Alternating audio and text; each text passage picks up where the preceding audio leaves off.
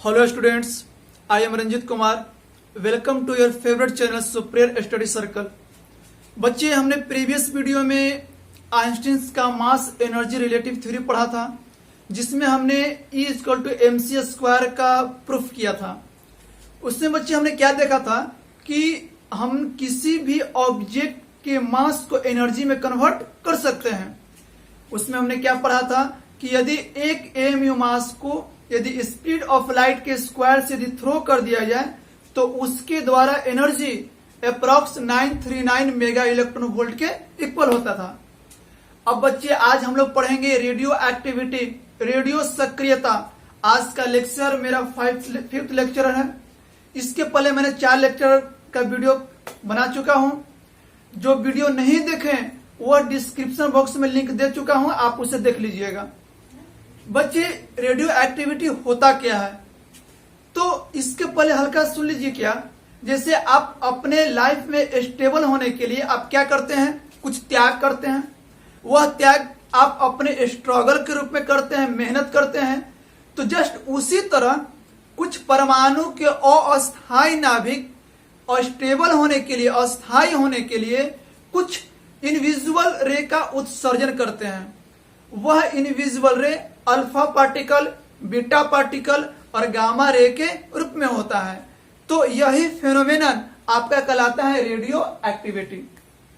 तो हिंदी में क्या बोलेंगे, नोट कर लीजिएगा कि कुछ परमाणु के अस्थायी नाभिक अस्थायित्व पाने के लिए स्वतः अल्फा पार्टिकल, बीटा पार्टिकल एवं गामा किरण का उत्सर्जन करते हैं। यह घटना रेडियो सक्रियता कहलाता है तथा यह तत्व रेडियो सक्रिय तत्व कहलाता है।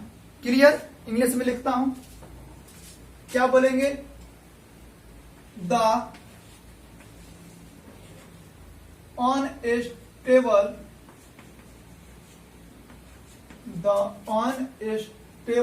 Nuclei of some atom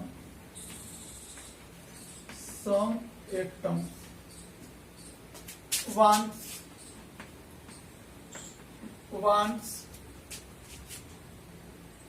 stability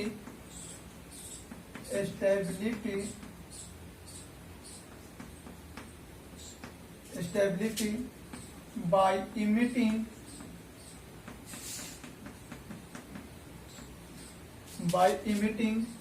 spontaneous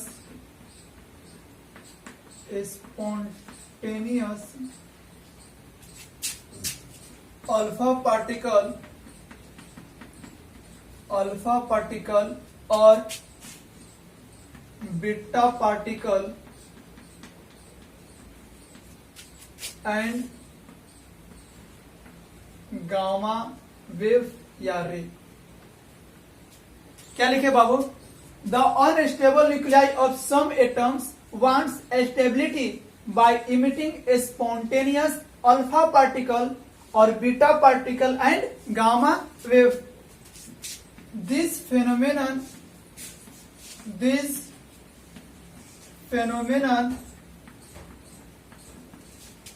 is known as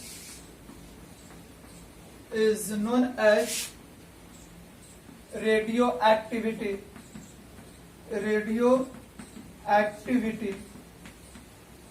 and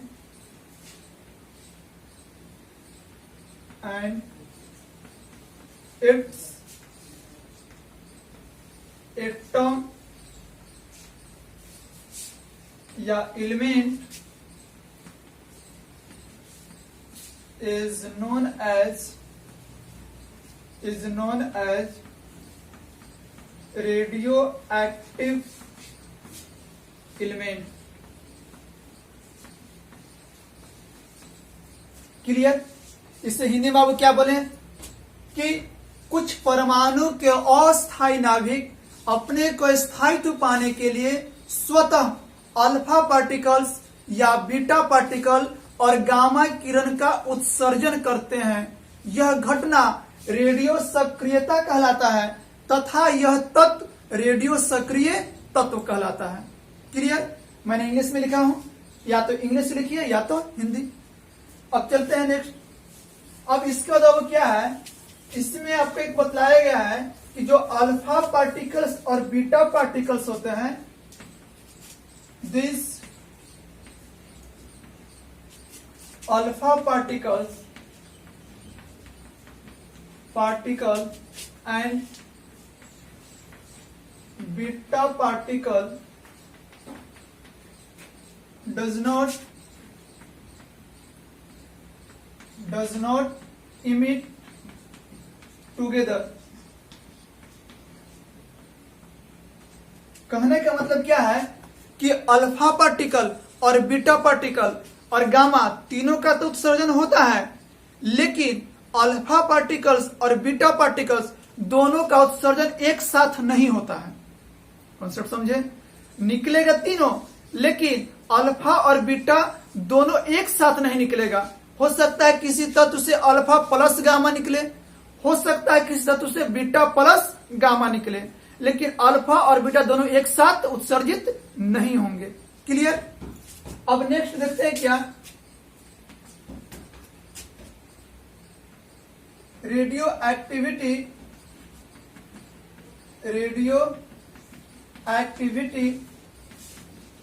is a nuclear phenomenon.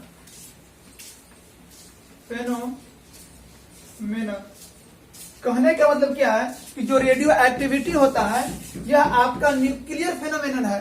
कहने का मतलब कि यह फिजिकल और केमिकली चेंज पर डिपेंड नहीं करता है, यह आपका न्यूक्लियर फेनोमेनन हो गया। और आपने पढ़ा होगा एक और क्या कि nuclear force is the strongest force in the universe. ब्रह्मांड में न्यूक्लियर फोर्स सबसे स्ट्रॉन्गेस्ट फोर्स होता है। नेक्स्ट क्या है बाबू, लिख सकते हैं क्या, the rate of emissions of alpha, beta and gamma, the rate of emission of alpha, beta and gamma are depend upon concentration of nuclei। कहने का मतलब क्या है कि अल्फा, बीटा और गामा तीनों का तो उत्सर्जन हो रहा है, लेकिन यह किस पे डिपेंड करता है, इसका रेट किस पे डिपेंड करता है? तो क्या बोलेंगे, इसका जो रेट डिपेंड करता है वह आपके करता है कॉन्सेंट्रेशन ऑफ न्यूक्लियाई। और न्यूक्लियाई में नाभिक, और नाभिक में किसकी उपस्थिति होती है? तो प्रोटॉन और न्यूट्रॉन की। और प्रोटॉन और न्यूट्रॉन का कॉन्सेंट्रेशन जितना ज्यादा होगा इसका रेट भी उतना ही क्या होगा, ज्यादा होगा। क्लियर? नेक्स्ट क्या है बाबू,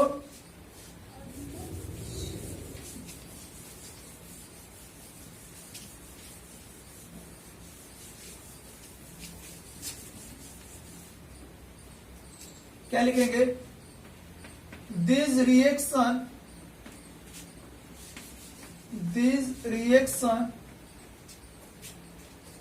आर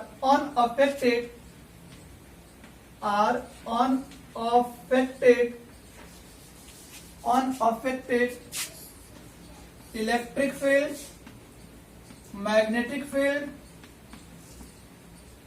temperature and pressure। कहने का मतलब क्या हुआ, यह जो रिएक्शन होता है, कौन सा रिएक्शन? तो न्यूक्लियर रिएक्शन, जो फिजिकली और केमिकली पर डिपेंड नहीं करता है।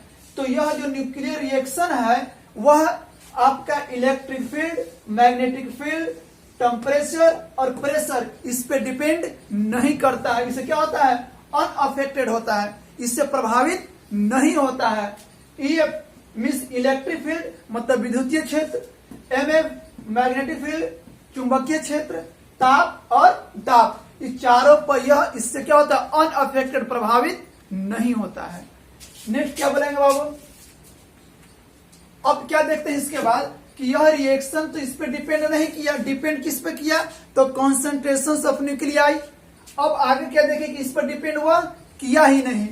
इसके बाद देख लेते हैं कि यह जो आपका रेडियो एक्टिविटी का जो आपका डिस्कवरी किए थे वो फर्स्ट टाइम 1896 में एक साइंटिस्ट थे आपका हेनरी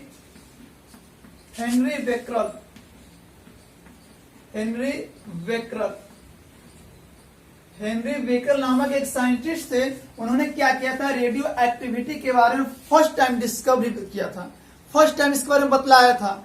क्या बतलाया था कि किसी अनस्टेबल न्यूक्लियाई को स्टेबिलिटी पाने के लिए स्वतः अल्फा, बीटा और गामा रे क्या करता है, उत्सर्जित करता है। यह फेनोमेनन कहलाता है आपका रेडियो एक्टिविटी या रेडियो सक्रियता। क्लियर। नेक्स्ट,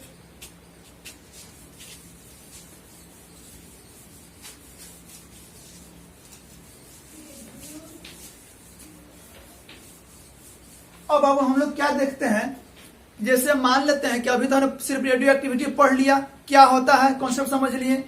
अब देखते हैं कि रेडियो एक्टिविटी में क्या देखें हम लोग कि कोई अनस्टेबल न्यूक्लियाई क्या चाहता है, स्टेबिलिटी पाने के लिए चाहता है, अपने आप को स्टेबल होना चाहता है। तो स्टेबिलिटी होने के लिए वह अल्फा, बीटा, गामा रे का उत्सर्जन किया। लेकिन आपके नेचर में कुछ न्यूक्लियाई स्टेबल भी होते हैं, अस्थायी भी होते हैं। तो आज पढ़ते हैं हम लोग कि स्टेबिलिटी का कॉन्सेप्ट क्या है। आगे स्टेबिलिटी कॉन्सेप्ट कुछ तो होगा। तो हम लोग पढ़ते हैं आज क्या कि स्टेबिलिटी बेल्ट होता है, स्टेबिलिटी बेल्ट, स्टेबिलिटी बेल्ट यह क्या बतलाता है कि कोई एटम स्टेबल होता है तो कैसे और क्यों, उसका कॉन्सेप्ट समझेंगे। तो मान लेते हैं कि एक ग्राफ ड्रॉ कीजिए।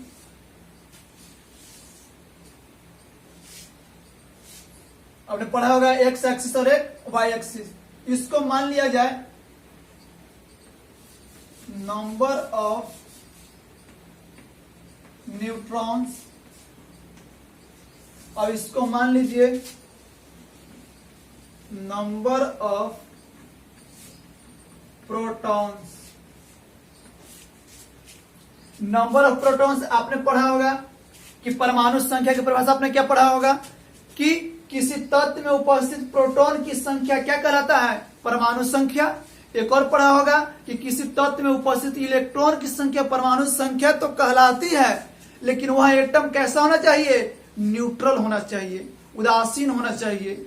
इसलिए हम लोग का डिफिनेशन परफेक्ट यही होता है कि नंबर ऑफ प्रोटॉन्स, प्रोटॉन की संख्या ही परमाणु संख्या कहलाती है। तो इसे मान लेते हैं, यह आपका हो गया जेड, यह आपका हो गया एन। क्लियर। अब यह आपका ओरिजिन जिसे मानते थे आप 10, 20, 30, 40, 50, 10, 20, 30, 40, 50।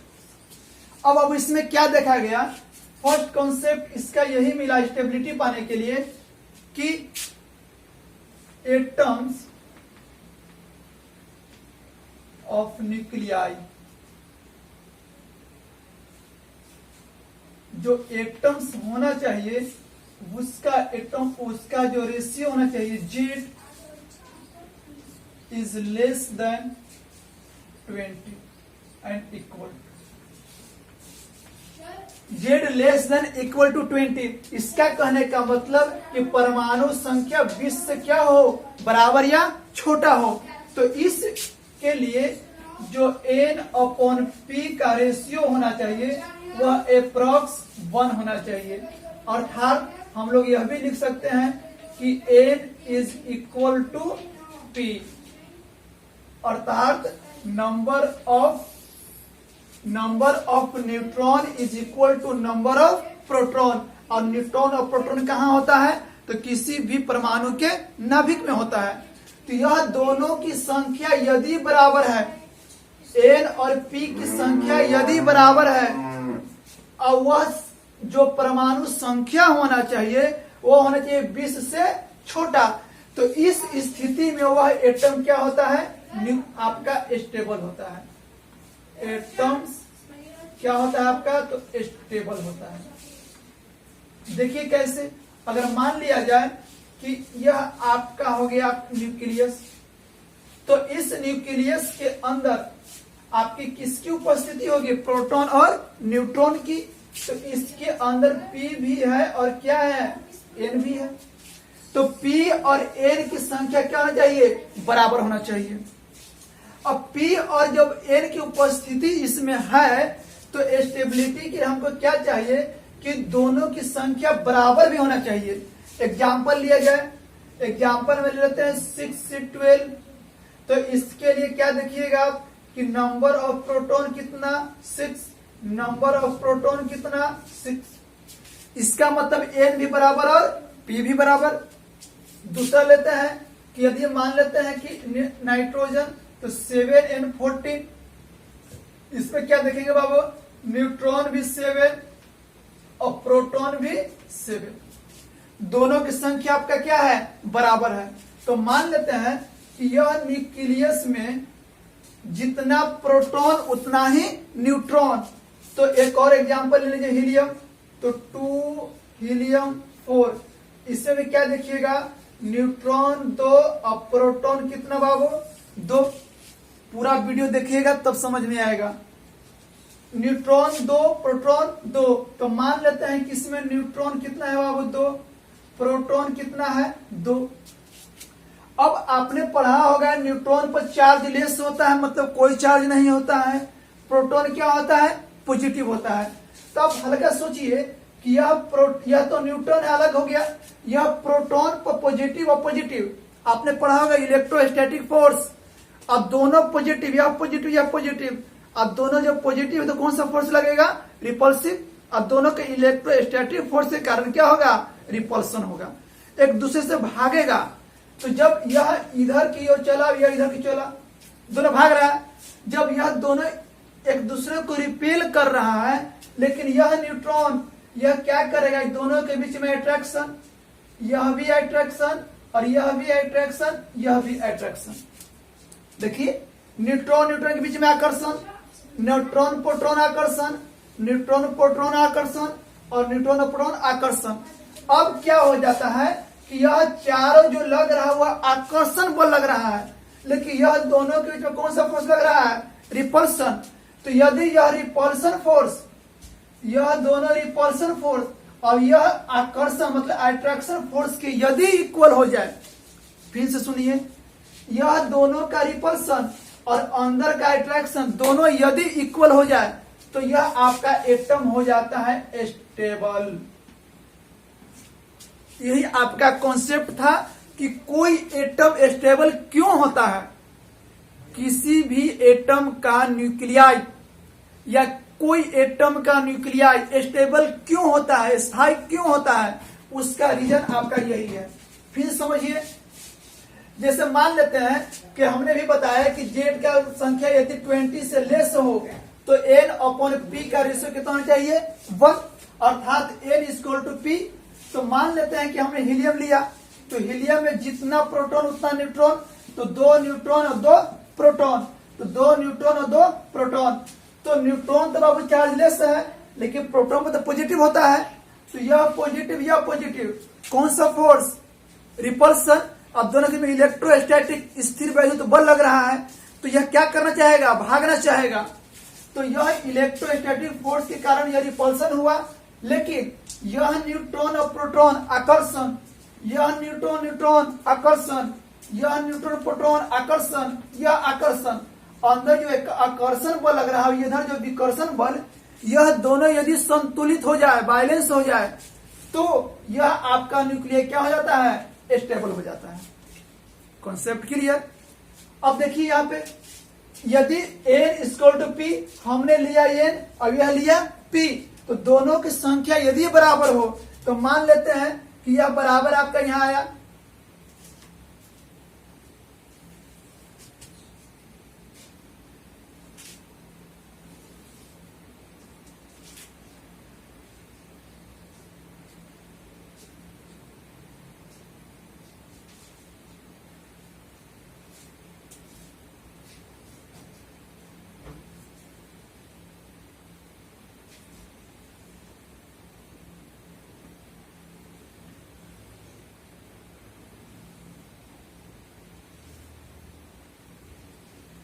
जब n और p दोनों की संख्या बराबर हो जाए तो उसका ग्राफ क्या मिलेगा बाबू? स्ट्रेट मिलेगा। यह ग्राफ किसका आ गया? n is equal to p या n इक्वल टू z, जो बोलिए। तो यह क्या शो कर रहा है कि इस पर जो भी एलिमेंट आएगा, जो भी एटम आएगा, सब का सब क्या होगा? स्टेबल होगा। क्या होगा? स्टेबल होगा, अस्थाई होगा। कॉन्सेप्ट समझे कि यदि दोनों की संख्या बराबर होगी और वह कैसा आपका स्ट्रेट लाइन, तो n इक्वल टू p, तो वह आपका एटम का न्यूक्लियाई क्या होगा? आपका स्टेबल होगा, अस्थाई होगा। Concept clear? यह कौन सा कंडीशन में था? जब z परमाणु संख्या आपका 20 से क्या था? कम था। तो ऐसी स्थिति में यह स्टेबल न्यूक्लियाई क्या होता है? लाइटेड एलिमेंट होता है, हल्का होता है। लेकिन यदि एलिमेंट आपका हेवीएस्ट हो जाए, भारी हो जाए, तो इसे आप खुद फील कीजिए। यदि 20 से छोटा होगा तो n और p की संख्या कम होगी। यदि 20 से अधिक जाइएगा तो n और p की संख्या क्या होगी? बढ़ेगा। अर्थात वह एलिमेंट क्या होगा? हेवीएस्ट होगा, भारी होगा। तो उस कंडीशन के लिए क्या करेंगे हम लोग?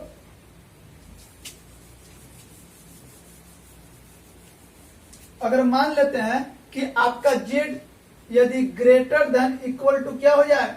20 हो जाए, 20 से क्या हो जाए? बड़ा हो जाए। वहां इक्वल टू था, इसमें हटा दीजिए। z ग्रेटर देन क्या हो जाए? 20 हो जाए। तो इसके लिए हम क्या करेंगे? n और p का जो रेशियो होना चाहिए वह अप्रॉक्स 1.6, 1 से बड़ा और इससे आपका क्या होना चाहिए? छोटा। इसका मतलब इसका जो अनुपात आपको चाहिए 1.6 से छोटा और 1 से बड़ा। तो इसके लिए जो आपका आएगा कब? तो जब z क्या होना चाहिए? 20 से आपका बड़ा होना चाहिए। तो इस स्थिति में भी आपका सम न्यूक्लियाई क्या होता है? स्टेबल होता है। देखिए z ग्रेटर देन 20, तो 20 बाबू कहाँ है? यहाँ पे आपका। अब यहां के बाद 20 के बाद आप देख रहे हैं क्या कि रेशियो 1 से क्या हो गया? बड़ा। तो जब रेशियो 1.6 आ गया, आप हल्का सोचिए कि उस स्थिति में n और p में किसकी संख्या अधिक होगी? अगर दोनों का अनुपात 1.6 आया तो n और p में किसकी संख्या अधिक होगी? सोचिए। तो n की, यदि n की संख्या अधिक होगी तब तो डिवाइड कीजिएगा तो 1 से ग्रेटर आएगा रेशियो। इसका मतलब n की संख्या अधिक, तो n कहाँ है बाबू? न्यूट्रॉन ऊपर, प्रोटॉन नीचे। इसका मतलब यहां से हम कहा जाएगा? अब ऊपर की ओर ग्राफ जाएगा। इसका मतलब यह ग्राफ ऐसे जाएगा। यह ग्राफ ही क्या शो करेगा? इस पे जो भी आएगा वह कैसा एलिमेंट होगा? आपका स्टेबल होगा।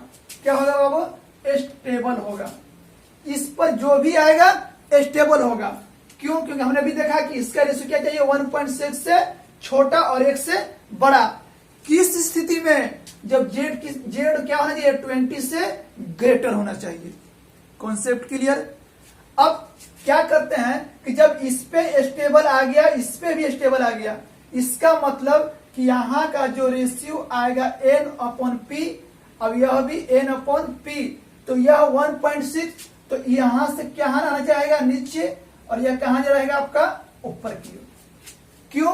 क्योंकि जो इसका रेशियो जो मिल रहा है इस पर तो स्टेबल हो गया, इस पर भी स्टेबल है, तो यह स्टेबिलिटी पाने के लिए क्या करना चाहेगा? नीचे। जो अनस्टेबल न्यूक्लियाई होगा वह क्या करना चाहेगा? स्टेबल क्यों आना चाहेगा? इधर जो आपका अनस्टेबल है वो कहां जाएगा? ऊपर की ओर जाएगा। n/p यह क्या चाहेगा कि अपना रेशियो 1.6 से छोटा करे, और यह क्या चाहेगा कि 1 से हल्का बड़ा करे। कॉन्सेप्ट समझे? अब मान लेते हैं कि यह कहां तक जाएगा बाबू? तो आप याद रखिएगा कि यह आपका लास्ट आपका जाता है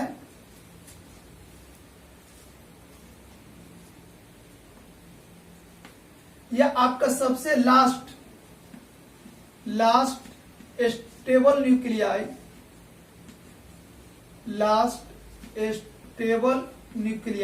आपका होता है बाबू बिस्मथ, जिसे BI से हम लोग रिप्रेजेंट करते हैं, जिसका एटॉमिक नंबर होता है आपका 83।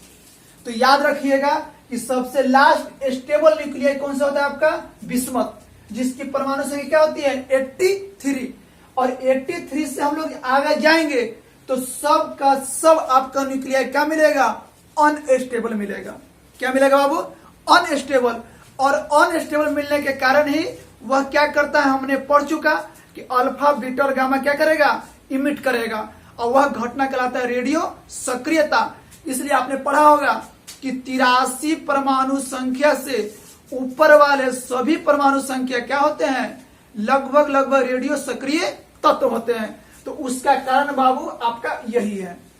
क्या कारण कि 83 से ग्रेटर है क्या, एटॉमिक नंबर, और सबसे लास्ट स्टेबल न्यूक्लियाई आपका क्या है, बिस्मथ। तो इससे ऊपर जाइएगा तो अनस्टेबल न्यूक्लियाई, और अनस्टेबल न्यूक्लियाई ही क्या कहलाता है आपका रेडियो एक्टिविटी, जो क्या इमिट करता है, अल्फा बीटा और गामा। कॉन्सेप्ट समझे? नहीं समझ में आए वीडियो पॉज करके पीछे करके आप पुनः जिसे रिवाइज करके देख सकते हैं।